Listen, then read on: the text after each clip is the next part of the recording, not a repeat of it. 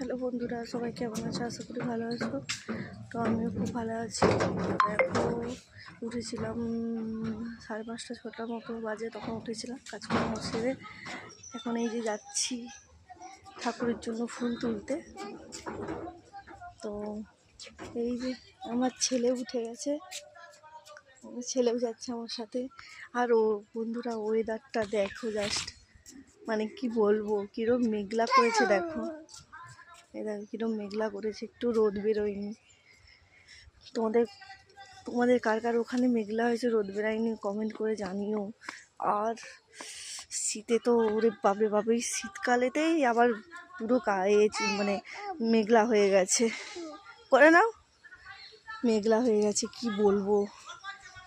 দেখো ফুল তুলতে চলে এসছি, তুলছি ফুল।